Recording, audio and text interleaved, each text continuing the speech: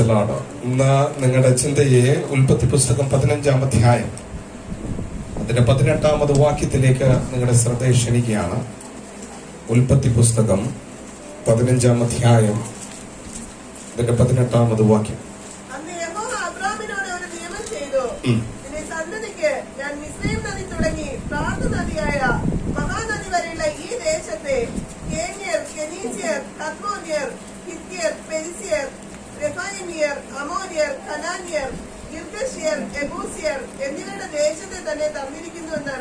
മതി.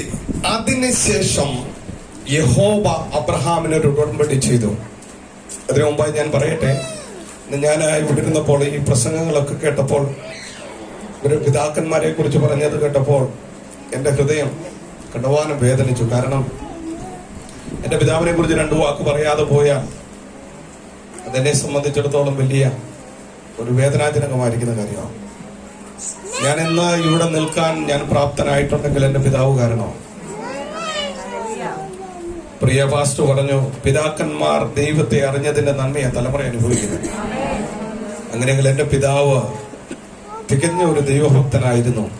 ദൈവങ്ങളെ, പിതാക്കന്മാരുള്ളപ്പോൾ പിതാക്കന്മാരുടെ വില അറിയത്തില്ല. മാതാപിതാക്കൾ ഉള്ളപ്പോൾ മാതാപിതാക്കന്മാരുടെ വില അറിയത്തില്ല. അപ്പനൊന്ന് പറയുമ്പോൾ ഇന്ന് ചാടിക്കടിക്കുന്ന കുഞ്ഞുങ്ങളൊക്കെ ഓർത്തോണം. അവരൊക്കെ പോയി കഴിയുമ്പോഴേ അതിന്റെ വേദന അറിയത്തുള്ളൂ. ഞാനൊരു ഉദാഹരണം പറയാം. ശ്രദ്ധിച്ച്, ഉൽപ്പത്തി പുസ്തകം 15-ാം അധ്യായം അറിയപ്പെടുന്നത് തന്നെ ഇസ്രായേലിന്റെ വാഗ്ദത്തത്തിന്റെ അടിത്തറ എന്നാണ്. എന്തുകൊണ്ടാണ് ഉൽപ്പത്തി പുസ്തകം 15-ാം അധ്യായം ഇസ്രായേലിന്റെ വാഗ്ദത്തത്തിന്റെ അടിത്തറ എന്ന് വേദപഠിതാക്കൾ വിളിക്കുന്നതെന്ന് ചോദിച്ചു കഴിഞ്ഞാൽ, പരമപ്രധാനമായിരിക്കുന്ന രണ്ട് വാഗ്ദത്തങ്ങൾ ഈ 15-ാം അധ്യായത്തിൽ നമുക്ക് കാണുവാൻ കഴിയും. നിങ്ങൾ 15-ാം അധ്യായം 1-ാം വാക്യം വായിക്കുമ്പോൾ തന്നെ അവിടെ ഇങ്ങനെയാണ് ആ അധ്യായം തുടങ്ങുന്നത് തന്നെ. അനന്തരം യഹോവ അബ്രഹാമിനോട്, നീ ഭയപ്പെടേണ്ട, ഞാൻ നിന്റെ പരിചയമാകുന്നു, ഞാൻ നിന്റെ അതിമഹത്തായ പ്രതിഫലമാകുന്നു. 3 കാര്യങ്ങൾ യഹോവ അബ്രഹാമിനോട് പറയുക, അല്ലെങ്കിൽ 3 വാഗ്ദത്തങ്ങൾ യഹോവ അബ്രഹാമിന് കൊടുക്കുക. എന്താ? ഞാൻ നീ ഭയപ്പെടേണ്ട എന്ന് അബ്രഹാമിനോട് ദൈവം പറയുവാനുള്ള കാരണം. 14-ാം അധ്യായം നിങ്ങൾ പഠിക്കുകയാണെങ്കിൽ 14-ാം അധ്യായം അറിയപ്പെടുന്നത് തന്നെ യുദ്ധങ്ങളുടെ പുസ്തകമെന്ന. 4 രാജാക്കന്മാർ 5 രാജാക്കന്മാരോട് യുദ്ധം ചെയ്ത് 5 രാജാക്കന്മാരെ പരാജയപ്പെടുത്തി ഈ 4 രാജാക്കന്മാർ 5 രാജാക്കന്മാരുടെ സമ്പത്തിനെയും അവർക്കുള്ള സകലതിനെയും കവർച്ച ചെയ്തുകൊണ്ട് പോകുന്ന ചരിത്രം പറയുന്ന പുസ്തകമാ 14-ാം അധ്യായം. ഈ തോൽക്കപ്പെട്ടതായിരിക്കുന്ന അല്ലെങ്കിൽ പരാജയപ്പെട്ടതായിരിക്കുന്ന 5 രാജ്യങ്ങളിൽ ഒരു രാജ്യമായിരുന്നു സോദോം എന്ന് പറയുന്ന രാജ്യം. ഈ സോദോം എന്ന് പറയുന്ന രാജ്യത്തിൽ ജീവിച്ചിരുന്ന ഒരു സഹോദരനായിരിക്കുന്നു ലോത്ത് എന്ന് പറയുന്ന അബ്രഹാമിന്റെ സഹോദരൻ. ഈ 4 രാജാക്കന്മാർ 5 രാജാക്കന്മാരെ പരാജയപ്പെടുത്തി അവരുടെ സമ്പത്തും അവർക്കുള്ളതിനെ മുഴുവൻ അപഹരിച്ചു കൊണ്ടുപോകുമ്പോൾ, ഈ അപഹരിക്കപ്പെട്ടു പോയതായിരിക്കുന്ന കൂട്ടത്തിൽ ഒരുവനായിരുന്നു ലോത്തും അവന്റെ കുടുംബവും. ഈ 4 രാജാക്കന്മാരുടെ ആക്രമത്തിൽ നിന്ന് ലോത്തിന്റെ അവനെ സഹായിക്കുന്ന ഒരു സഹായി ഇവന്റെ വാളിന് വെട്ടൊടിഞ്ഞിട്ട് അബ്രഹാമിന്റെ കൂടാരത്തിലേക്ക് ഓടി വന്നിട്ട് അബ്രഹാമിനോട് പറയുക, 4 രാജാക്കന്മാർ അവർ യുദ്ധം ചെയ്ത നിന്റെ സഹോദരനായിരിക്കുന്ന ലോത്തിനെയും അവനുള്ള സകലത്തെയും അവർ പിടിച്ചുകൊണ്ടുപോയി. ശ്രദ്ധിച്ചേ, സ്വത്രം പറഞ്ഞേ. തന്റെ സഹോദരൻ ഒരു ആപത്ത് വന്നെന്ന് അറിഞ്ഞു കഴിഞ്ഞപ്പോൾ തന്നോടൊപ്പം അശരീരി കേട്ടുകൊണ്ട് ഇറങ്ങിത്തിരിഞ്ഞപ്പോൾ തന്റെ സഹായിയായി തന്റെ കൂടെ നടന്നതായിരിക്കുന്ന ലോത്ത് അവനൊരു ആപത്ത് വന്നെന്നറിഞ്ഞു കഴിഞ്ഞപ്പോൾ മുമ്പും പിമ്പും നോക്കാതെ, പ്രത്യാഘാതങ്ങൾ എന്ത് സംഭവിക്കും എന്നൊരു വിലയിരുത്തൽ പോലും നടക്കാതെ, തന്റെ വീട്ടിൽ തന്നോടൊപ്പം ജനിച്ചു വളർന്ന 318 അഭ്യാസികളുമായി അബ്രഹാം ഈ 4 രാജാക്കന്മാരോട് യുദ്ധം നയിക്കുവാൻ പോവുകയാണ്. ശ്രദ്ധിച്ചേ, ഈ 318 അഭ്യാസികളുമായി ഈ 4 രാജാക്കന്മാരെ പിന്തുടർന്നുകൊണ്ട് ഈ അബ്രഹാം 4 രാജാക്കന്മാരെ പരാജയപ്പെടുത്തി ഈ 5 രാജാക്കന്മാരെ സ്വതന്ത്രനാക്കി അതിനുശേഷം തന്റെ സഹോദരനായിരിക്കുന്ന ലോത്തിനെയും അവന്റെ കുടുംബത്തെയും ശ്മശാനത്താക്കിയതിനു ശേഷം തന്റെ കൂടാരത്തിനകത്തേക്ക് അബ്രഹാം വന്നിരിക്കുമ്പോൾ അബ്രഹാമിന് വികാരം വിവേകത്തിന് കൈമാറിയത് അപ്പോഴാണ്. ആവേശത്തിന്റെ പുറത്ത് താൻ കാണിച്ചു വെച്ചത് എന്താണെന്ന് അബ്രഹാം ചിന്തിക്കുന്നത് കൂടാരത്തിനകത്ത് വന്നതിന് ശേഷമാണ്. കൂടാരത്തിനകത്ത് അബ്രഹാം എത്തിക്കഴിഞ്ഞപ്പോൾ അബ്രഹാം ചിന്തിച്ചത്, ഞാൻ ചെയ്ത പ്രവൃത്തിയുടെ പ്രതിഫലനം അല്ലെങ്കിൽ അതിന്റെ പ്രത്യാഘാതം വളരെ വലുതാണെന്ന് അബ്രഹാമിന് തിരിച്ചറിഞ്ഞത് കൂടാരത്തിനകത്ത് വന്നപ്പോഴാണ്. കൂടാരത്തിനകത്ത് വന്നിട്ട് അബ്രഹാം ചിന്തിച്ചു കഴിഞ്ഞപ്പോൾ നോക്കിയപ്പോൾ എന്താ ചെയ്തെന്നറിയാമോ? 4 രാജാക്കന്മാരെ ഞാൻ പരാജയപ്പെടുത്തി. ഈ 4 രാജാക്കന്മാരെ പരാജയപ്പെടുത്തുവാൻ 318 അഭ്യാസികളെ കൊണ്ട് 10,000-കണക്കിന് സൈന്യങ്ങളുള്ള രാജ്യത്തെ പരാജയപ്പെടുത്തി. ഇപ്പോൾ ഞാൻ ഈ 4 രാജാക്കന്മാരുടെ കണ്ണിലെ കരടായി മാറി. 4 രാജാക്കന്മാരുടെ കണ്ണിലെ കരടായി ഈ അബ്രഹാം മാറുമ്പോൾ, അബ്രഹാം കൂടാരത്തിനകത്ത് വന്നിരിക്കുമ്പോൾ അബ്രഹാമിന് ഒരു കാര്യം മനസ്സിലായി. ഏത് നിമിഷവും എനിക്കും എന്റെ കുടുംബത്തിനും നേരെ ഈ 4 രാജാക്കന്മാരുടെ ഭാഗത്തു നിന്ന് ഒരു പ്രത്യാക്രമണം ഉണ്ടാകും. എന്നെയും എന്റെ കുടുംബത്തെയും തകർത്ത് കളയുവാൻ ഈ 4 രാജാക്കന്മാർ പദ്ധതിയിടും, അവർ തന്ത്രം മെനയുമെന്ന് അബ്രഹാം തിരിച്ചറിഞ്ഞു കഴിഞ്ഞപ്പോൾ മാനസികമായ നിലയിൽ മനുഷ്യന്റെ സഹജമായിരിക്കുന്ന ഭയം അവന്റെ ഉള്ളിൽ വന്നിട്ട് ഈ ഭയത്തിന്റെ തടവറയിൽ തന്റെ കൂടാരത്തിനകത്ത് വിശ്വാസികളുടെ പിതാവായിരിക്കുന്ന അബ്രഹാം ഇരിക്കുമ്പോൾ ആ കൂടാരത്തിനകത്തേക്ക് ഉലകത്തിലെ ദൈവം ഇറങ്ങി വന്നിട്ട് അബ്രഹാമിനോട് പറയുക, അബ്രഹാമേ, നീ ഭയപ്പെടേണ്ട. ശ്രദ്ധിച്ചേ, അബ്രഹാം ഈ 4 രാജാക്കന്മാരെ ആക്രമിക്കുന്നതിന് മുമ്പായിട്ട് ഇതിന്റെ പ്രത്യാഘാതങ്ങളെ കുറിച്ചൊന്ന് വിശകലനം നടത്തുകയായിരുന്നെങ്കിൽ അബ്രഹാം യുദ്ധത്തിന് പോകത്തില്ലായിരുന്നു. അബ്രഹാം യുദ്ധത്തിന് പോകുമായിരുന്നോ? പോകത്തില്ല. പക്ഷേ പ്രത്യാഘാതങ്ങൾ എന്തു വരുമെന്ന് പോലും ചിന്തിക്കാതെ തന്റെ സഹോദരനോടുള്ളതായിരിക്കുന്ന അപമ്യമായിരിക്കുന്ന സ്നേഹത്തിന്റെ ഫലമായി ഇവൻ ഈ 4 രാജാക്കന്മാരെ യുദ്ധം ചെയ്തു തോൽപ്പിച്ചു. ഈ യുദ്ധം ചെയ്ത് തോൽപ്പിച്ച കൂടാരത്തിനകത്ത് വന്നപ്പോഴാണ് അറിഞ്ഞത്, ഞാൻ ചെയ്തതായിരിക്കുന്ന തെറ്റിന്റെ കനമെത്ര വലുതാണ്, ഞാൻ ചെയ്ത പ്രവൃത്തിയുടെ കനമെത്ര വലുതാണെന്ന് അബ്രഹാമിന് തിരിച്ചറിഞ്ഞത്.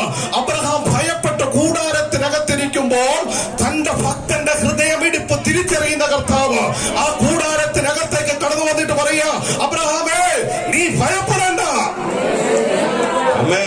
നാം സേവിക്കുന്ന ദൈവം, നാം ആരാധിക്കുന്ന ദൈവമക്കളെ നമ്മുടെ ഹൃദയമിടിപ്പ് അറിയുന്ന ദൈവത്താവാണ്.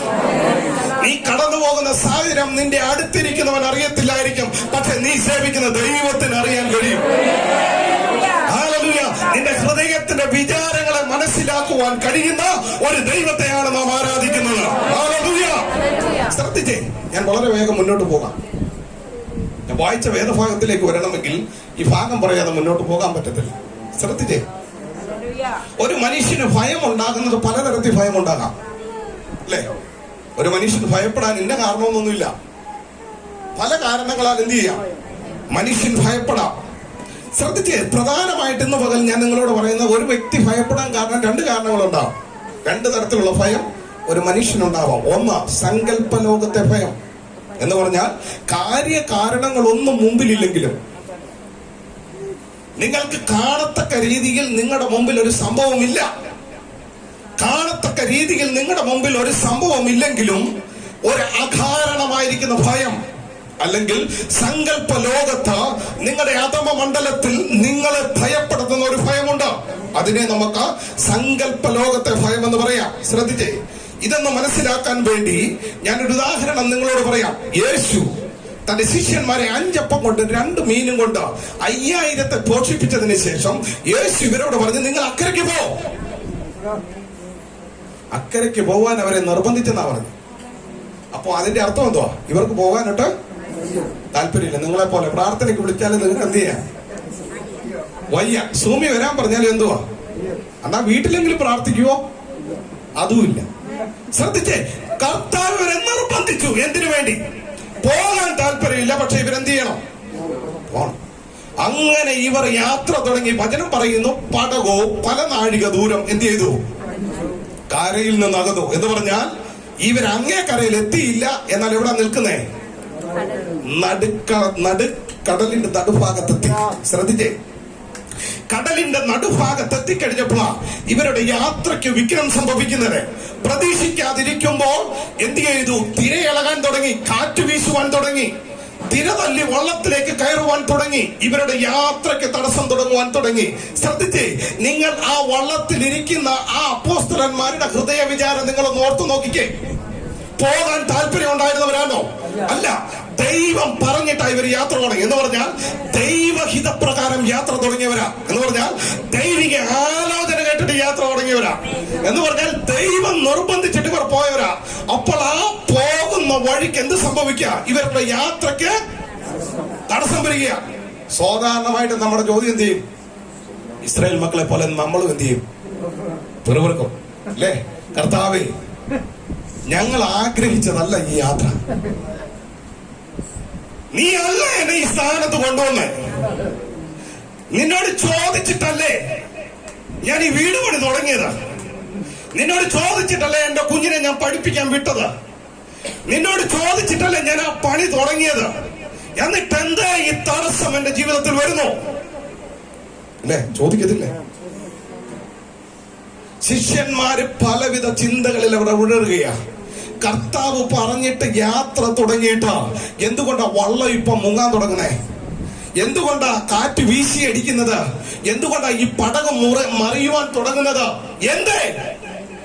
ഇവര് ചോദ്യങ്ങൾ കൊണ്ട് അലകിയ. ഇന്ന് പകൽ എന്നെ കേൾക്കുന്ന ദൈവത്തിലെ നിങ്ങളിൽ പലരും ഇതേപോലെ സാഹചര്യത്തിൽ കടന്നു പോകുന്നവരുണ്ടെങ്കിൽ ഇന്ന് പകൽ ഈ വചനത്തിൽ നിന്ന് ഞാൻ വിളിച്ചു പറയട്ടെ, അകാരണമായിരിക്കുന്ന ഭയം കൊണ്ട് നിന്നെ ബുദ്ധിമുട്ടിക്കുന്നുണ്ടെങ്കിൽ ഇന്ന് പകൽ നിന്നെ വിളിച്ച ദൈവം വിശ്വസ്തനാ. അവൻ നിന്നെ പറഞ്ഞു വിട്ടിട്ടുണ്ടെങ്കിൽ അക്ക സ്ഥലത്തെത്തിക്കുവാൻ ദൈവം ശക്തനാണ്. Amen. Praise the Lord. Hallelujah. Hallelujah. ദൈവത്തിന്റെ പദ്ധതിയോടുകൂടെ, ദൈവത്തിന്റെ പ്ലാനോടുകൂടെ, ഹിതത്തോടുകൂടെ നിങ്ങൾ ഇറങ്ങി തിരിച്ചിട്ടുണ്ടെങ്കിൽ ദൈവം തീർച്ചയായും അക്കരെ എത്തിച്ചിരിക്കും. വിശ്വസിക്കുന്നവർ കരങ്ങൾ ഉയർത്തി ദൈവത്തെ സ്തുതിച്ചാട്ടെ. Price the Lord. ശ്രദ്ധിച്ചേ, ഈ യാത്ര തുടങ്ങാൻ പറഞ്ഞതാരാ? യേശു. അപ്പൊ ഇടയ്ക്ക് വെച്ച് നീ തകരാൻ ആരനുവദിക്കത്തില്ല? കർത്താവ്. ശ്രദ്ധിച്ചേ, ഈ ജനത്തിന്റെ കരച്ചില് കേട്ടിട്ട്, ശിഷ്യന്മാരുടെ കരച്ചില് കേട്ടിട്ട് കർത്താവ് ഇറങ്ങിച്ചെല്ലുക. കർത്താവ് ഇറങ്ങിച്ചെല്ലുമ്പോൾ ഇവരെന്നാ പറഞ്ഞേ? ഭൂതമാ വരുന്നേ. ശ്രദ്ധിച്ചേ, ഇവരുടെ കരച്ചില് കേട്ടിട്ട് ഇവരുടെ പ്രാർത്ഥനയ്ക്ക് ഉത്തരം നൽകുവാൻ വേണ്ടി കർത്താവ് ഇറങ്ങിച്ചെല്ലുമ്പോൾ കർത്താവിനെ നോക്കി അവർ പറയാ, ആര് വരുന്നു?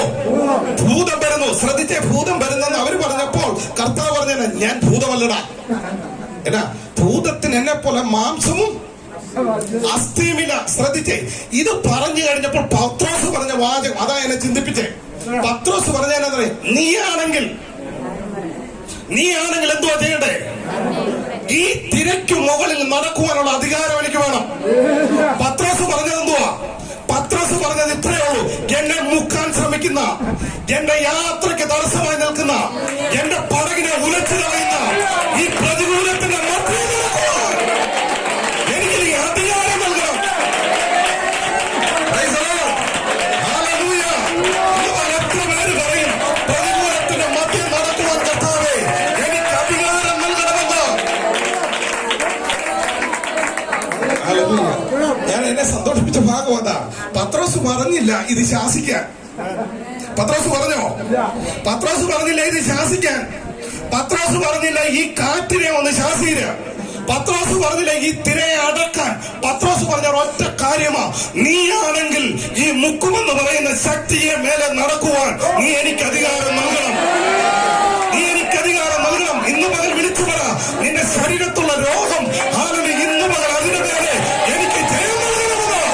അത്രയ്ക്ക് നിയോഗം കൊടുത്ത കർത്താവ് രാത്രിയുടെ 4-ാം യാമത്തിൽ അവരടുത്തേക്ക് ചെല്ലുക. Price the Lord. കർത്താവ് ഇറങ്ങിച്ചെന്നിട്ട് പത്രോസിനോട് നടക്കാൻ പറഞ്ഞു. പത്രോസ് എന്നാ ചെയ്തെന്നറിയാമോ? ആഴിയൊന്നും നോക്കാതെ, ആഴം എന്താണെന്ന് അറിയാതെ കണ്ട് കടലിലേക്ക് എടുത്ത് പത്രോസ് എടുത്ത് ചാടി. എന്താണെന്നറിയാമോ?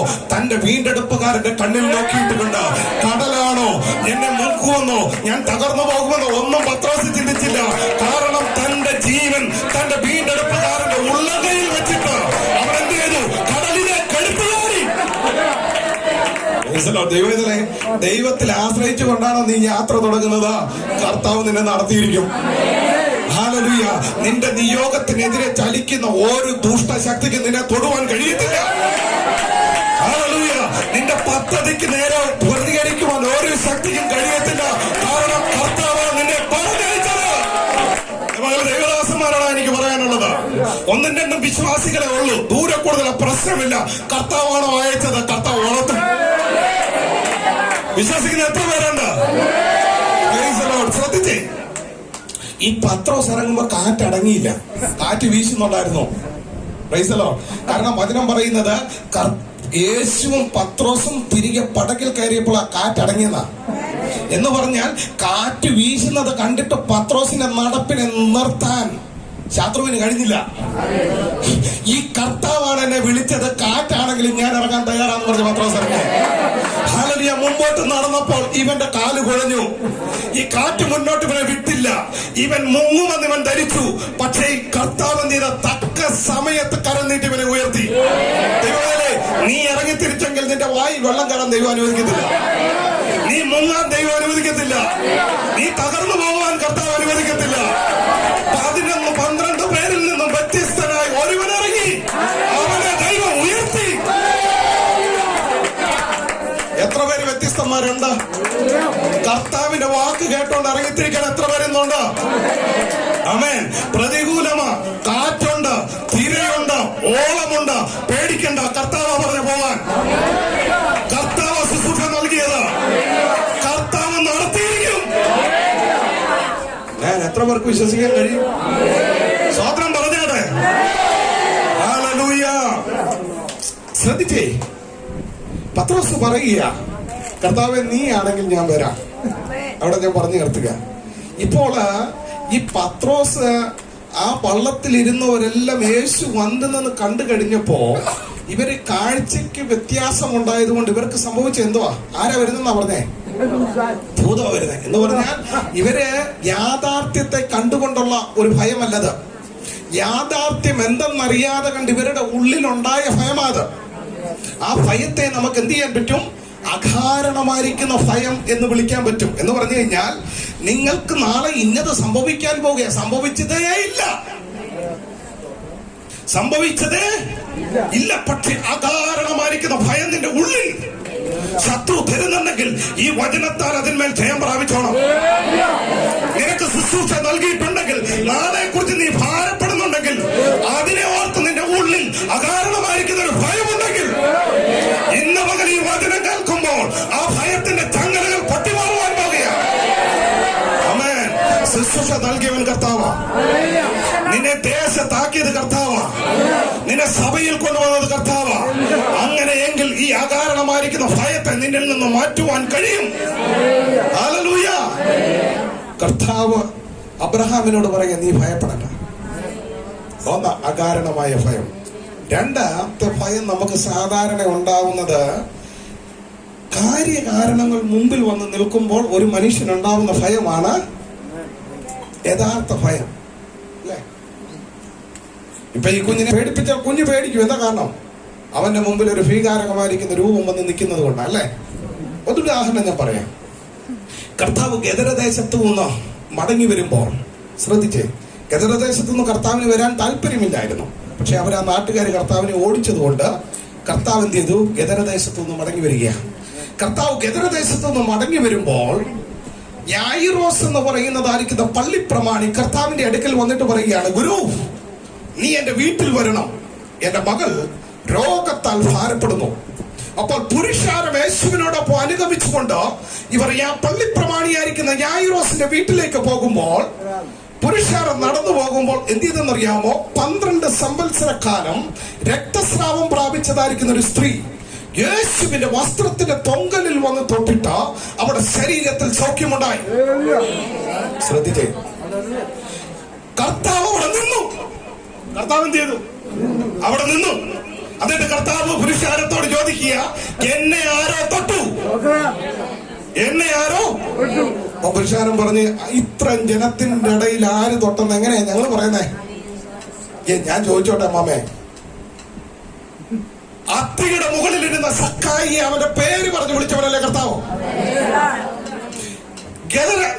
ഗെനസരത്ത് തടാകത്തിലും നീന്തിക്കളിക്കുന്ന 10,000-കണക്കിന് മീൻ കുഞ്ഞുങ്ങളുടെ വയറ്റിൽ ഏതു മീനിന്റെ വയറ്റില പണം ഉണ്ടെന്ന് തിരിച്ചറിഞ്ഞല്ലേ കർത്താവ്? അങ്ങനെയെങ്കിൽ ഈ പുരുഷാരത്തിന്റെ ഇടയിൽ നിന്ന് ഇവനെ തൊട്ടതാരാണെന്ന് കർത്താവിന് അറിയത്തില്ലേ? അറിയാമായിരുന്നോ? പിന്നെ എന്തുകൊണ്ടാണ് കർത്താവ് ആരാണെന്ന് പറയാൻ പറഞ്ഞേ? യായിറോസിനെ ഒന്ന് ഉറപ്പിക്കാൻ വേണ്ടിയാ. യായിറോസിനെ ഒന്ന് ഉറപ്പിക്കാൻ വേണ്ടിയാ. യായിറോസേ, നീ വീട്ടിലേക്ക് പോകുമ്പോൾ, നീ വീട്ടിൽ ചെല്ലുന്നതിന് മുമ്പായി കേൾക്കാൻ പോകുന്നത് മാനുഷികമായി നിനക്ക് സഹിക്കാൻ പറ്റാത്ത വാർത്തയാ. നീ ഒരിക്കലും ചിന്തിക്കുവാൻ കഴിയാത്ത വാർത്തയെ നീ കേൾക്കാൻ പോന്നെ.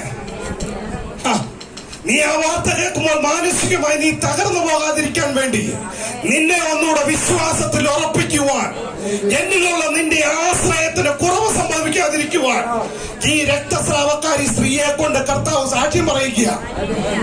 എന്തിനു വേണ്ടിയാ? യായിറോസിനെ ഒന്ന് ഉറപ്പിക്കാൻ വേണ്ടി. ഹല്ലേലൂയ. ഞാൻ പറയുന്നതിന്റെ ആശയം മനസ്സിലായോ? ഇവൻ വീട്ടിൽ ചെല്ലുമ്പോ കേൾക്കാൻ പോകുന്നത് മകള് മരിച്ചെന്നുള്ള വാർത്തയാ. മകള് മരിച്ചെന്നുള്ള വാർത്ത കേൾക്കുമ്പോൾ യായിറോസ് തകരും. മാനുഷികമായി അവള് തകർന്നു പോകും. പക്ഷേ ആ തകർച്ച അവൻ ഉണ്ടാകാതിരിക്കാൻ വേണ്ടി, ഇവൻ വിശ്വാസത്തിൽ ഒന്നുകൂടെ ഉറയ്ക്കാൻ വേണ്ടി കർത്താവ് ഈ രക്തസ്രാവക്കാരി സ്ത്രീയെ കൊണ്ട് സാക്ഷ്യം പറയിപ്പിക്കുക. ഇന്ന് പകൽ എന്നെ കേൾക്കുന്ന ദൈവത്തിലെ പലപ്പോഴും ഈ സാഹചര്യങ്ങളിലൂടെ കടന്നു പോകുന്ന ദൈവമക്കളെ, നിങ്ങളെ ഒന്ന് ഉറപ്പിക്കാൻ വേണ്ടിയ പല സാക്ഷ്യങ്ങളും ദൈവം നിന്നെ കേൾപ്പിക്കുന്നത്. Hallelujah, hallelujah. ഉറക്കെ എന്നോട് സ്തോത്രം പറഞ്ഞേ. ഹല്ലേലൂയ. രണ്ടാമത്തെ ഭയം എന്ന് പറയുന്നത് കാര്യകാരണങ്ങൾ മുമ്പിൽ നിൽക്കുമ്പോൾ ഒരു മനുഷ്യനുണ്ടാകുന്ന ഭയമാണ് രണ്ടാമത്തെ ഭയം. യായിറോസിനോട് കർത്താവ് പറഞ്ഞാ, കുഞ്ഞു മരിച്ചോ സത്യ, പക്ഷെ നീ എന്ത് ചെയ്താൽ മതി? ഭയപ്പെടണം. നീ വിശ്വസിച്ചാൽ മാത്രം മതി. നീ വിശ്വസിച്ചാൽ മാത്രം മതി. സ്തോത്രം. അവിടെ കൊണ്ട് ഞാൻ ആ ഭാഗം അവസാനിപ്പിക്കുമെങ്കിൽ എനിക്ക് ആ ഉടമ്പടിയിലേക്ക് വരാൻ പറ്റത്തുള്ളൂ. ഇല്ല, ഇന്ന് 2-2:30 വരെ പോകും. നിങ്ങൾ ഇപ്പോഴേ ഉറക്കം വരാൻ തുടങ്ങിച്ചല്ല. എന്നാണ് സ്തോത്രം പറഞ്ഞേ. അബ്രഹാമിനോട് രണ്ടാമത് കർത്താവ് പറയാ, ഞാൻ നിന്റെ പരിചയമാവുന്നു, ഞാൻ നിന്റെ പരിചയ. അബ്രഹാം വിചാരിച്ചത് എന്തുവാ? അബ്രഹാമേ, ഈ 318 അഭ്യാസികളെ കൊണ്ടാണോ നീ യുദ്ധം ചെയ്തെന്നാണെന്നാണോ കരുതുന്നേ? ഈ 318 അഭ്യാസികളുടെ കഴിവ് കൊണ്ടാണോ ഈ 4 രാജാക്കന്മാരെ നീ തോൽപ്പിച്ചത്? ഇതാണോ നിന്റെ വിജയം? അല്ല, ഞാൻ നിന്റെ പരിചയ. നിന്റെ സംരക്ഷണം ഇരിക്കുന്നത് ഈ 318 അഭ്യാസികളുടെ വാളിൻ തുമ്പിലല്ല. ഈ 4 രാജാക്കന്മാർ നിന്നെ ആക്രമിച്ച് കീഴ്പ്പെടുത്തുമെന്നല്ലേ നിന്റെ ഭയം? പക്ഷെ നീ ഇന്ന് പകലറിഞ്ഞോ, ഞാൻ നിന്റെ പരിചയ. Hallelujah, hallelujah. ഒന്നുകൂടെ പറഞ്ഞേ. ഹല്ലേലൂയ. ശ്രദ്ധിച്ചേ, നിങ്ങളും ശ്രദ്ധിച്ചേ. ഈ ഭാഗം ഒന്ന് ഇരുത്തി നിങ്ങൾ ചിന്തിക്കണം. ഈ 318 പേരെ കൊണ്ട് ജയിച്ചെന്ന ആര് വിചാരിച്ചിരുന്നതാ? അബ്രഹാം വിചാരിച്ചു. പക്ഷെ ഈ 318 പേരുടെ മികവിലല്ല ഇവൻ യുദ്ധം ജയിച്ചത്. അതുകൊണ്ട് ആ കർത്താവ് വന്നിട്ട് കൂടാരത്തിനകത്തോട് ഇവനോട് പറയുക, ഞാൻ നിന്റെ പരിചയ എന്ന് പറഞ്ഞാൽ ഞാൻ നിനക്കും നിനക്കുള്ളതിനെ വേലി ചുറ്റി സംരക്ഷിക്കുവാൻ ശക്തനാ. ഈ വചനം പറയുന്നത് എങ്ങനെയാ? ഇയ്യോബിന്റെ ഭവനത്തിന് ചുറ്റും കർത്താവ് എന്ത് ചെയ്തു? ഞാൻ ചോദിച്ചോട്ടെ, ഇയ്യോബിനോട് ചോദിച്ചിട്ടാണോ കർത്താവ് വേലി ചുറ്റിയത്? ഇയ്യോബിനൊരു ശത്രു ഉണ്ടെന്ന് ഇയ്യോബിന് പോലും അറിയത്തില്ല. ഇയ്യോബിനെ തകർത്ത് കളയുവാൻ വേണ്ടി ഒരു ശത്രു ഭൂമി മുഴുവൻ ഊടാടി സഞ്ചരിക്കുന്നെന്ന് ഇയ്യോബിന്റെ ദൈവത്തിന് അറിയായിരുന്നു. അതുകൊണ്ട് തന്റെ ഭക്തനെ തകർക്കുവാൻ തന്ത്രം മെനഞ്ഞുകൊണ്ട് ശത്രുവാകുന്നവൻ ചുറ്റി നടക്കുന്നുണ്ട് എന്ന് ദൈവം തമ്പുരാൻ തിരിച്ചറിഞ്ഞിട്ട് ഇയ്യോബിനുള്ളതും ഇയ്യോബിന്റെ ഭവനത്തിന് ചുറ്റും ദൈവം സംരക്ഷണം. ഇയ്യോബിന് ചുറ്റും വേലി ചുറ്റി സംരക്ഷിച്ച ദൈവം. അങ്ങനെയെങ്കിൽ പിന്നെ എന്തിനാ നിങ്ങൾ നിരാശപ്പെടുന്നേ? നിങ്ങൾ നിരാശപ്പെടേണ്ട കാര്യമുണ്ടോ? നിങ്ങൾ എന്തിനാ പിന്നെ ഭയപ്പെടുന്നേ? നിങ്ങൾ എന്തിനാ പിന്നെ ഭാരപ്പെടുന്നേ? വചനം പറയാൻ, നിനക്കും നിനക്ക് ചുറ്റിനുമുള്ളതിനും വേലി ചുറ്റി സൂക്ഷിക്കുന്ന ഒരു ദൈവമുണ്ട് എന്ന് പറഞ്ഞാൽ അതിന്റെ അർത്ഥം എന്താ അറിയാമോ? നിനക്കുള്ളതിനെ സംരക്ഷിക്കുമെന്ന് പറഞ്ഞാൽ എന്റെ അനുവാദമില്ലാതെ ഈ ഉലകത്തിലെ ഒരു ദുഷ്ടശക്തിക്കും നിനക്കുള്ളതിനെ തൊടുവാൻ കഴിയില്ല.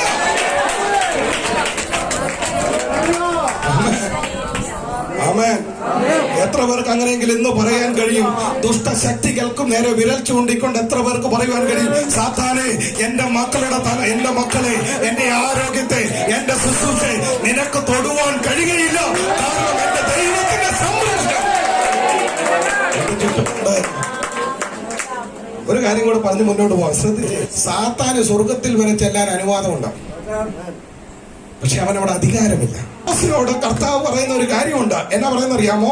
നിന്നെ സാത്താൻ ഗോതമ്പ് മണി പോലെ പാറ്റേണ്ടതിന് അവൻ എന്നോട് എന്ത് ചെയ്തെന്ന് പറഞ്ഞാൽ അനുവാദം ചോദിച്ചെന്ന് പറഞ്ഞു കഴിഞ്ഞാൽ ഇത് സാത്താന്റെ ആധിപത്യ മേഖലയല്ലേ? ഈ പത്രോസിനെ പരീക്ഷിക്കണമെങ്കിൽ സാത്താൻ ദൈവത്തോട് ചോദിക്കേണ്ട കാര്യമില്ല, ഒന്നോ ഇല്ല. പക്ഷേ സാത്താന്റെ അധീന മേഖലയാണെങ്കിലും ദൈവവൈതലനെ സംരക്ഷിക്കുന്ന ഒരു സംരക്ഷണ ഭിത്തി ഈ ഭൂമിയിലുണ്ട്. നിന്നെ ശത്രുവിനെ തൊടണമെങ്കിൽ എന്റെ ദൈവം അനുവദിക്കണം. എന്റെ ദൈവത്തിന്റെ സംരക്ഷണ ഭിത്തിക്കകത്ത് നിന്നെ ധരിക്കണമെങ്കിൽ, നിന്നെ തൊടണമെങ്കിൽ എന്റെ ദൈവത്തിന്റെ പെർമിഷൻ ഇല്ലാതെ നിന്നെ തൊടുവാൻ കഴിയില്ല. വളരെ സന്തോഷിപ്പിച്ചൊരു വാക്യമുണ്ട്, യൂദായുടെ ലേഖനം 1-ാം വാക്യം. അവിടെ ഇങ്ങനെയാ പറയുന്നത്, പിതാവായ ദൈവത്താൽ സ്നേഹിക്കപ്പെട്ടു, യേശു ക്രിസ്തുവിനാൽ സംരക്ഷിക്കപ്പെട്ടു. ശ്രദ്ധിച്ചേ, ആ പദം നിങ്ങൾ പറഞ്ഞു പോകരുത്. പിതാവായ ദൈവത്താൽ സ്നേഹിക്കപ്പെടുകയും പുത്രനായിരിക്കുന്ന ക്രിസ്തുവിൽ സംരക്ഷിക്കപ്പെടും. എവിടെ സംരക്ഷിക്കപ്പെടും? ഈ സാത്താന്റെ അധീന മേഖലയായിരിക്കുന്ന ഭൂമിയിൽ നീ സംരക്ഷിക്കപ്പെട്ടിരിക്കുന്നു. എന്ന് പറഞ്ഞാൽ നിന്നെ തൊടുവാൻ ഒരു ശത്രുവിനും കഴിയത്തില്ല. നിന്റെ ശുശ്രൂഷ തൊടുവാൻ ഒരു ശത്രുവിനും കഴിയത്തില്ല. നിന്റെ തലമുറയെ തൊടുവാൻ ഒരു ശത്രുവിനും കഴിയത്തില്ല. കാരണം നീ ദൈവത്തിന്റെ സംരക്ഷണത്തില്. മൂന്നാമത്തെ കാര്യം, ദൈവം അബ്രഹാമിനോട് പറയുക, ഞാൻ നിന്റെ അതിമഹത്തായ പ്രതിഫലമാണ്. ഈ സോദോം രാജാവ് വളരെ ക്രുക്കടായ മനുഷ്യനാണ്. സോദോം രാജാവ് ഈ 318 പേരെയും കൊണ്ട് അബ്രഹാം ഈ 4 രാജാക്കന്മാരെ പരാജയപ്പെടുത്തി അവൻ തിരികെ വരുമ്പോൾ വഴിയിൽ വെച്ചുകൊണ്ട് സോദോം രാജാവ് ഇവനെ തടഞ്ഞു നിർത്തി പറയുക, നിന്റെ ഈ 318 പേരെ എനിക്കിങ്ങ് തന്നേര്, എനിക്കുള്ള സകല സമ്പത്തും നീ എടുത്തോ. അപ്പോൾ ഈ സോദോം രാജാവ് വിചാരിച്ച എന്നാന്നറിയാമോ? ഈ 318 പേരെയും കൊണ്ട് ഇവൻ യുദ്ധം ജയിച്ചെന്ന. പക്ഷേ അവിടെ നിങ്ങൾ അബ്രഹാം പറഞ്ഞത് ശ്രദ്ധിക്കേ. 14-ാം അധ്യായത്തിൽ 22-ാം വാക്യത്തിൽ ഇങ്ങനെയാ പറയുന്നത്, ഞാൻ എന്ന് പറഞ്ഞാൽ നീ അബ്രഹാമിനെ സമ്പന്നനാക്കി എന്ന് പറയാതിരിപ്പാൻ. ശ്രദ്ധിക്കേ, ഞാനൊരു ചരടാകട്ടെ, ചെരുപ്പിന്റെ വാറാകട്ടെ, നിനക്കുള്ളതിൽ നിന്ന് യാതൊന്നും ഞാൻ എടുക്കത്തില്ല. ശ്രദ്ധിക്കണം, അബ്രഹാം പറഞ്ഞതിന്റെ അർത്ഥം എന്താണെന്നറിയാമോ? നീ എന്നെ സമ്പന്നനാക്കിയെന്ന് മറ്റുള്ളവൻ പറയരുത്. നീ എന്നെ സമ്പന്നനാക്കിയെന്ന് മറ്റുള്ളവൻ പറയരുത്. അതുകൊണ്ട് നിന്റെ ചെരുപ്പിന്റെ വാറോ ചാരടോ പോലും എനിക്ക് വേണ്ട. ദൈവനാമം പ്രതി ഏതെങ്കിലും ഭൗതിക നന്മകൾ ഉപേക്ഷിച്ചവർ ഇവിടെ ഉണ്ടെങ്കിൽ ഇന്ന് പകൽ അവരോടുള്ള ദൈവത്തിന്റെ ആലോചന, നീ എന്നെ പ്രതി എന്തെങ്കിലും ഉപേക്ഷിച്ചിട്ടുണ്ടെങ്കിൽ അതിന്റെ മടങ്ങായി നിന്റെ തലമുറയിൽ അനുഗ്രഹവർഷമായി പഠിക്കുവാൻ ശക്തിയുള്ള ഒരു ദൈവത്തെയാണ് നാം ആരാധിക്കുന്നത്. എനിക്ക് ചങ്കൂറ്റത്തോടെ പറയാൻ കഴിയും, എന്റെ ജോലി ഞാൻ കളഞ്ഞെങ്കിലും പ്രൈസ് ദി ലോർഡ്, എനിക്ക് നാതിലും ഉപരി അനുഗ്രഹം എന്റെ ജീവിതത്തിൽ ദൈവം തന്നിട്ടില്ല. എത്ര പേർക്കെന്ന് വിളിച്ചു പറയാൻ കഴിയും, എന്റെ ദൈവമായ എന്റെ അതിമഹത്തായ പ്രതിഫലമെന്നാണ്. സോദോം രാജാവിന്റെ നന്മ മുഴുവൻ ഉപേക്ഷിച്ചിട്ട് തന്റെ കൂടാരത്തിനകത്തേക്ക് ഈ അബ്രഹാം വന്നിരിക്കുമ്പോൾ അബ്രഹാമിനോട് ദൈവം പറയുക, ഞാൻ നിന്റെ അതിമഹത്തായ പ്രതിഫലമാണ്. നീ ഭൗതിക നന്മ കൊണ്ടല്ല നീ അനുഗ്രഹിക്കാൻ പോകുന്നത്, നീ ആത്മീയ നന്മ കൊണ്ട് അനുഗ്രഹിക്കാൻ പോകുന്നത്. ഇന്ന് കാണത്തക്ക ഒന്നും നിനക്കില്ലെങ്കിലും ദൈവനാമം പ്രതിയാണോ നീ നിൽക്കുന്നത്, ആ ദൈവം നിന്നെ അനുഗ്രഹിക്കുവാൻ ശക്തനാണ്.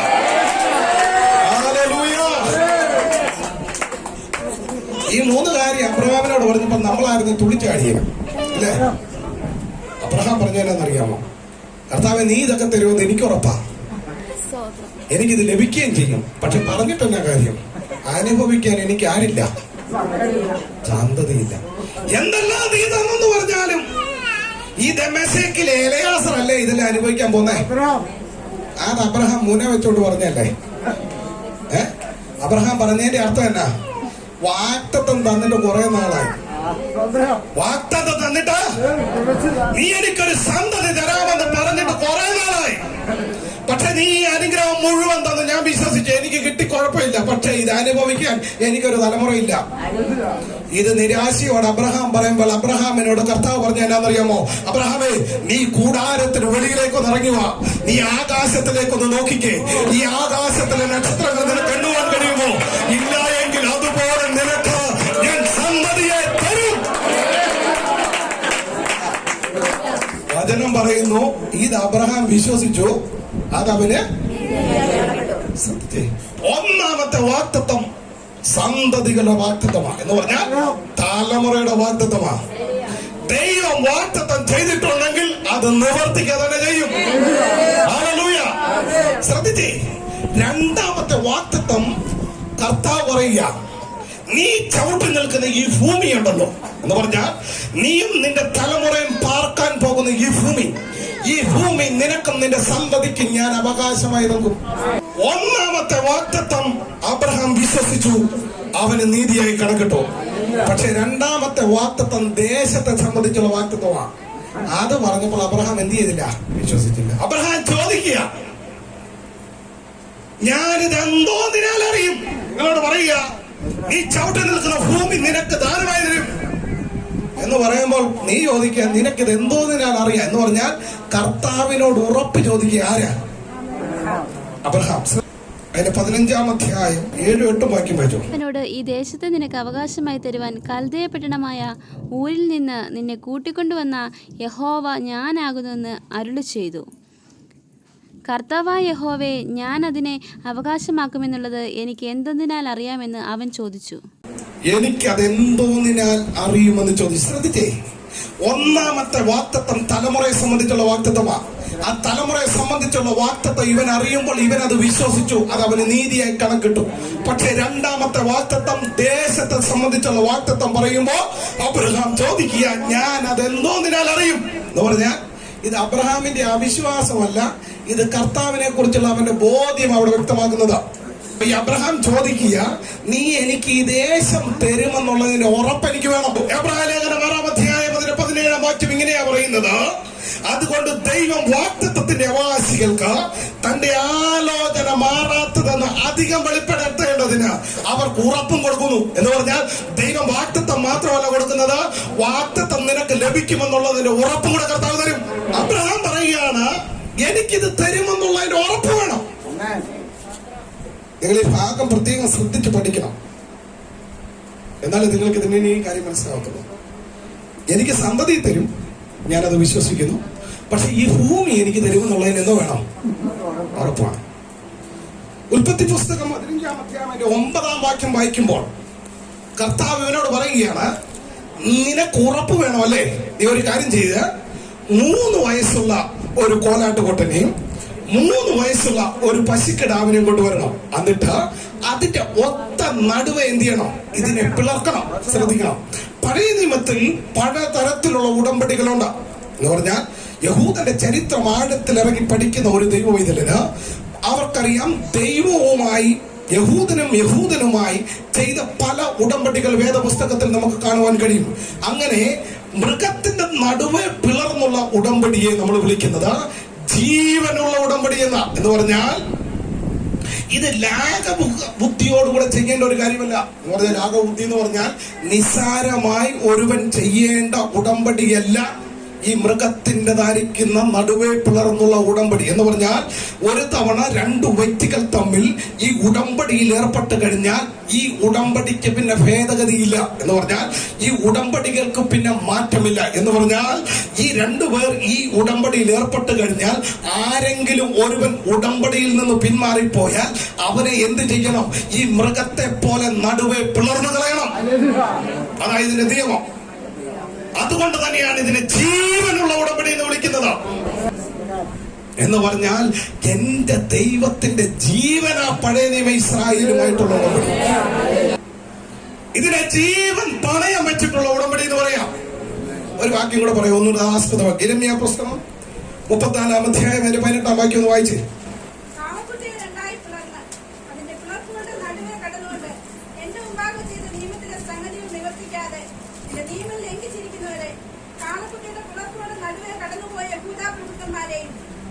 പ്രഭുക്കന്മാരെയും ഷണ്ഡന്മാരെയും പുരോഹിതന്മാരെയും ദേശത്തിലെ സകല ജനത്തെയും തന്നെ ഞാൻ ഏൽപ്പിക്കും. ശ്രദ്ധിച്ചേ, ഇസ്രായേൽ രാജാവായിരിക്കുന്ന ഹിസ്കിയാവിന്റെ കാലത്ത് പ്രവാചകനായിരിക്കുന്ന യിരെമ്യാവ് വന്നിട്ട് ദൈവത്തിന്റെ ആലോചന പറയുക ജനത്തോട്, നിങ്ങൾ ബാബേൽ പ്രവാസത്തിലേക്ക് കടന്നു പോകുവാൻ പോകുക. ബാബേൽ പ്രവാസത്തിലേക്ക് നിങ്ങൾ പോകുവാനുള്ള കാരണങ്ങൾ ഇന്നതാണെന്ന് പ്രഖ്യാപിക്കുന്ന സമയത്ത് ഇവൻ വിളിച്ചു പറയുകയാണ്, ഇസ്രായേലിന്റെ നിയമമനുസരിച്ച്, ദൈവത്തിന്റെ നിയമമനുസരിച്ച് ഒരുവൻ ഒരടിമയെ അവന്റെ കുടുംബത്തിൽ പാർക്കുകയും അവനെ പണി ചെയ്യിപ്പിക്കാനുള്ള കാലഘട്ടം 6 വർഷമാണ്. 6 വർഷം കഴിഞ്ഞാൽ ഈ അടിമയെ അവൻ സ്വതന്ത്രനാക്കണം. 6 വർഷത്തിന് മേലെ ഒരുവൻ അടിമയെ വീട്ടിൽ വെച്ചുകൊണ്ടിരിക്കുവാൻ പാടില്ല. 6 വർഷത്തിന് ശേഷം ഒരുവൻ വീട്ടിൽ അടിമയെ വെച്ചു കഴിഞ്ഞാൽ അത് ദൈവിക പ്രമാണങ്ങൾക്ക് വിപരീതമാണ്. അതുകൊണ്ട് എന്ത് ചെയ്യണം? അങ്ങനെ ദൈവിക പ്രമാണങ്ങൾ നിങ്ങൾ ലംഘിച്ചാൽ നിങ്ങൾ ശിക്ഷാവിധിക്ക് യോഗ്യരാ. പ്രവാചകന്റെ ആലോചന കേട്ടിട്ട രാജാവ് യഹൂദന്മാരോടും മുഴുവൻ വിളിച്ചു പറഞ്ഞു, ഇന്നു മുതൽ നിങ്ങളുടെ ഭവനത്തിലുള്ള 6 വർഷം തികഞ്ഞ സകല അടിമകളെയും നിങ്ങൾ സ്വതന്ത്രരാക്കണം. അതുമാത്രം പോരാ, നിങ്ങൾ ചെയ്ത പാപം ദൈവത്തോട് ഏറ്റുപറയണം. ദൈവത്തോട് ഏറ്റുപറയുക മാത്രമല്ല, നിങ്ങൾ എന്ത് ചെയ്യണം? ഈ പാപം ഇനിയും മേലാൽ ചെയ്യുകയില്ല എന്ന് പറഞ്ഞുകൊണ്ട് ഈ എന്ത് ചെയ്യണം? പ്രഭുക്കന്മാരും പുരോഹിതന്മാരും രാജാക്കന്മാരും സകലരും ദൈവമുമ്പാകെ ഒരു 3 വയസ്സുള്ളതായിരിക്കുന്ന കാളക്കുട്ടിയെ കൊണ്ടുവന്നിട്ട് അതിന്റെ ശരീരത്തെ നടുവേ പിളർന്ന് ദൈവവുമായി ഒരു ഉടമ്പടി ചെയ്യണം. ഇനി മേലാൽ ഞങ്ങൾ ഇത് ആവർത്തിക്കത്തില്ല എന്ന്. ഇവർ കാളക്കുട്ടിയെ പിളർന്ന പിളർപ്പിലൂടെ ഇവർ ദൈവവുമായി ഒരു ഉടമ്പടി എത്തി. പക്ഷെ ഉടമ്പടിയിൽ അവർ നിന്നില്ല. അവരെന്ത് ചെയ്തില്ല? ഉടമ്പടിയിൽ നിന്നില്ല. അവരുടെ ഉള്ളിൽ ഫറവോന്റെ ആത്മാവ് കയറിയിട്ട് അവരെന്തെന്നറിയാമോ?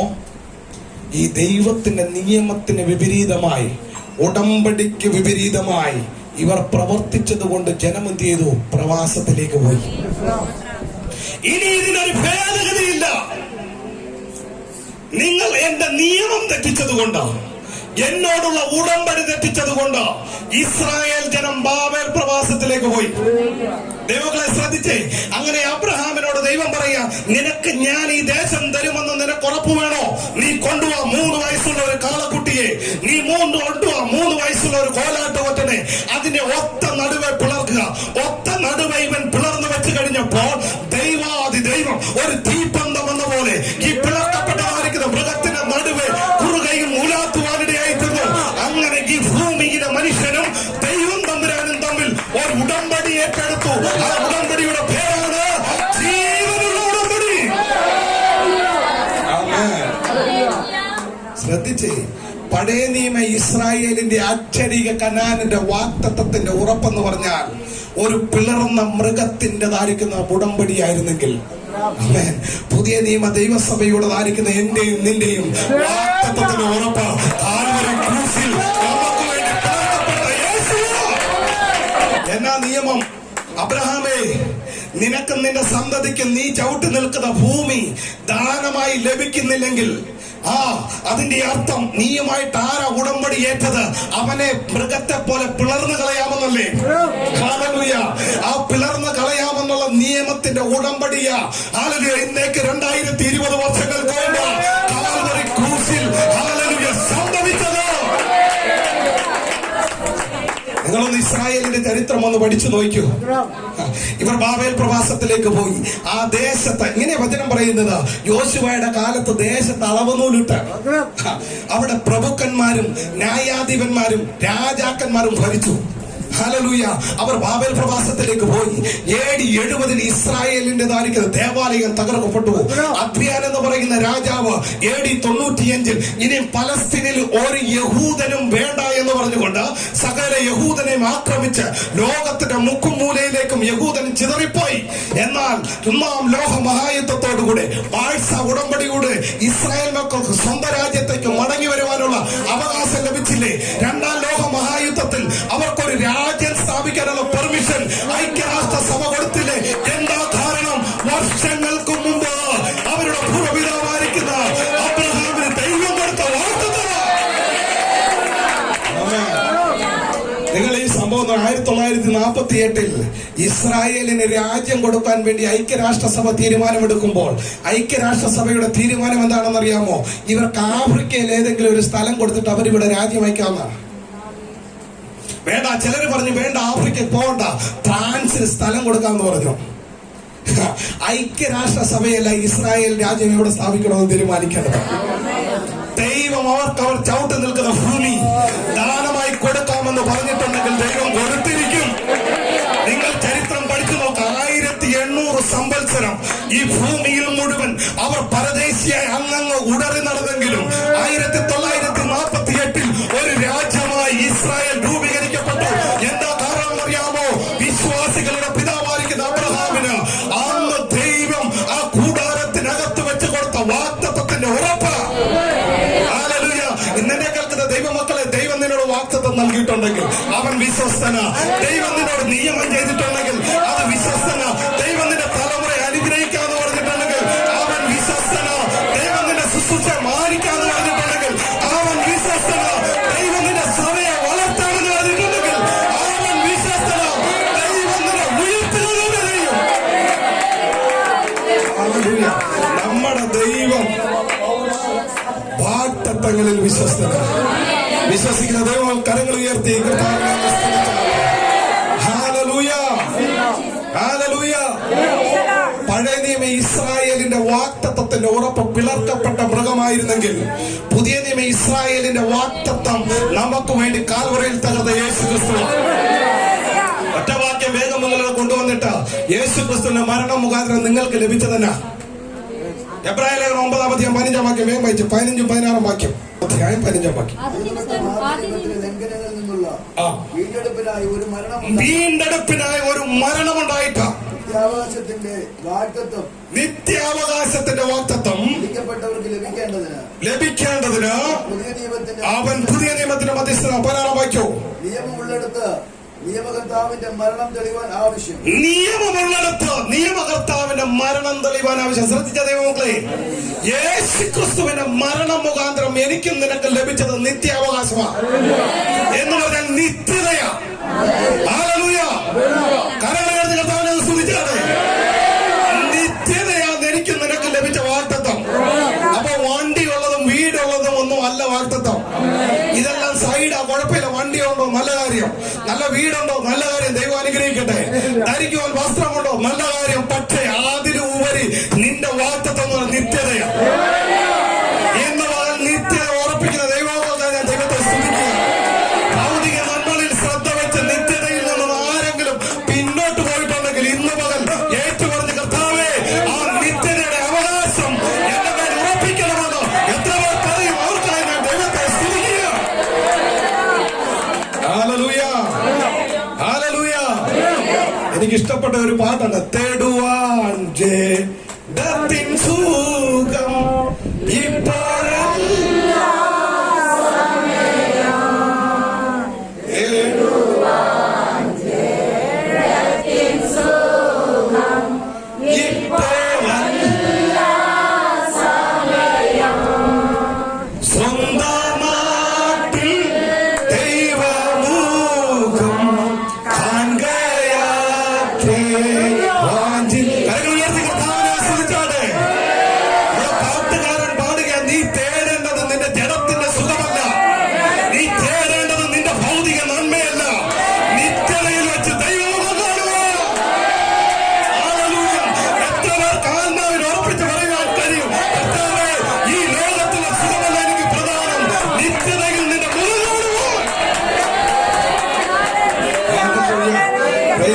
നമ്മൾ ഈ പാട്ട് പാടത്തില്ല, കാരണം പേടിയ.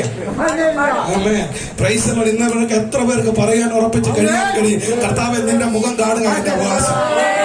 ആമേൻ. എന്റെ ആഗ്രഹമാണ്. Hallelujah, hallelujah. അതിനുവേണ്ടി നിങ്ങൾ ഒരുങ്ങണം.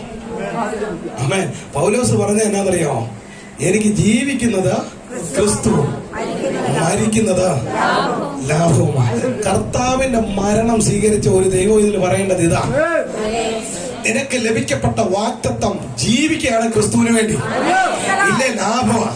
ഞാൻ കഴിഞ്ഞ ദിവസം പറഞ്ഞു, മരണം ലാഭമാണെന്ന് ആർക്ക് പറയാൻ കഴിയും? ഇവിടുത്തെ പ്രധാനമന്ത്രിക്ക് പറയാൻ കഴിയുമോ മരിക്കുന്നത് ലാഭമാണെന്ന്? ഇവിടുത്തെ അമേരിക്കൻ പ്രസിഡന്റിന് പറയാൻ കഴിയുമോ മരിക്കുന്നത് ലാഭമാണെന്ന്? ഇവിടുത്തെ പഞ്ചായത്ത് പ്രസിഡന്റിന് പറയാൻ കഴിയുമോ? പക്ഷെ വീണ്ടും ജനനം പ്രാപിച്ച ഒരു ദൈവം എന്ന് പറയുവാൻ കഴിയും, എനിക്ക് ജീവിക്കുന്നത് ക്രിസ്തുവും മരിക്കുന്നത് ലാഭവും. ഹല്ലേലൂയ. എങ്ങനെയാ അപ്പൊ ജീവിക്കുന്നത് ലാഭവും മരിക്കുന്നത് ലാഭമാകുന്നേ? എങ്ങനെയാ മരിക്കുന്നത് ലാഭമാകുന്നേ?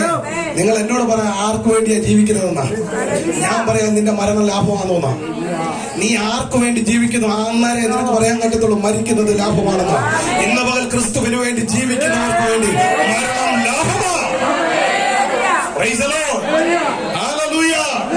അതുകൊണ്ട് നമ്മളെ തന്നെ ദൈവസന്നിധിയിലേക്ക് ഒന്നുകൂടെ സമർപ്പിച്ചുകൊണ്ട് നമ്മുടെ നിത്യതയെ ഉറപ്പിക്കുക. എത്ര പേർ തയ്യാറാവും? കർത്താവിനെ സ്തുതിച്ചാണ്. അതുകൊണ്ട് പാട്ടുകാരനൊക്കെ ഇങ്ങനെ പൂർവ പിതാക്കര അപ്പോസ്തലർ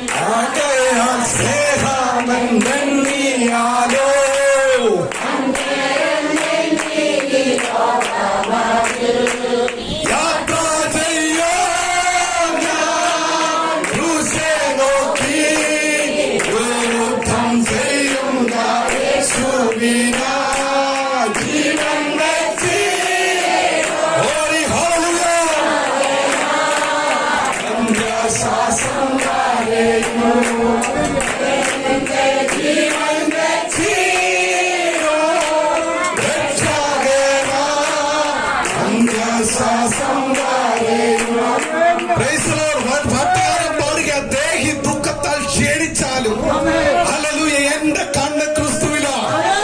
അതുകൊണ്ട് പൂർവ്വപിതാക്കന്മാർ അതിനെ നോക്കി യാത്ര ചെയ്തിട്ടുണ്ടെങ്കിൽ, അവർ ആ ഭാഗ്യദേശത്തെത്തിയിട്ടുണ്ടെങ്കിൽ, ഇന്ന് പകൽ എന്നെ കേൾക്കുന്ന ദൈവമക്കളെ, നമ്മുടെ ജീവിതങ്ങളെ ക്രമീകരിച്ചുകൊണ്ട് ക്രിസ്തുവിന്റെ ക്രൂശ് മരണം മുഖാന്തരം നിത്യാവകാശം നമുക്ക് ദാനമായി ലഭിച്ചിട്ടുണ്ടെങ്കിൽ, ആ നിത്യത ഉറപ്പിക്കുന്ന പകലായി ഇന്ന് പകൽ നമ്മളെ തന്നെ ദൈവസന്നിധിയിലേക്ക് നമുക്ക് സമർപ്പിക്കാം. അതിനായി ദൈവം നമ്മളെ സഹായിക്കട്ടെ. ഒരു കാര്യം കൂടെ പറഞ്ഞിട്ട് അങ്ങ് പറയാം. എന്നെ കേൾക്കുന്ന പ്രിയപ്പെട്ടവരെ, ഞാൻ വാക്കുകൾ ഉപസംഹരിക്കുക. ഇനി ഒത്തിരി കാര്യം പറയാനുണ്ട്, വേറെ ദിവസം പറയാം. ശ്രദ്ധിച്ചു. ഈ ലോകത്ത് എന്തെല്ലാം നശിച്ചെന്ന് പറഞ്ഞാലും നിങ്ങളുടെ കൂടെ നിൽക്കുന്നവർ, നിനക്ക് ചുറ്റുമുള്ളത് സകലത നഷ്ടപ്പെട്ടെന്ന് പറഞ്ഞാലും നിന്നെ നിത്യതയിലേക്ക് അടുപ്പിക്കുന്നത് കർത്താവ് മാത്രം. അവന്റെ ക്രൂശ് മരണത്തിലൂടെ മാത്രമേ നിനക്ക് നിത്യത സ്ഥാപിക്കാൻ കഴിയത്തുള്ളൂ. അതുകൊണ്ട് ഇന്ന് പകൽക്കാലം നിത്യത മുറുകെ പിടിച്ചുകൊണ്ട് നമ്മുടെ യാത്രയെ മുന്നോട്ട് നയിക്കാമെന്നുള്ള ആഹ്വാനത്തോടുകൂടെ ഈ വചന പ്രഭാഷണത്തിൽ ഇരുന്നു കൊള്ളുന്നു. ദൈവം ഇവരെയും സമൃദ്ധിയായിട്ട് അനുഗ്രഹിക്കുമാറാകട്ടെ.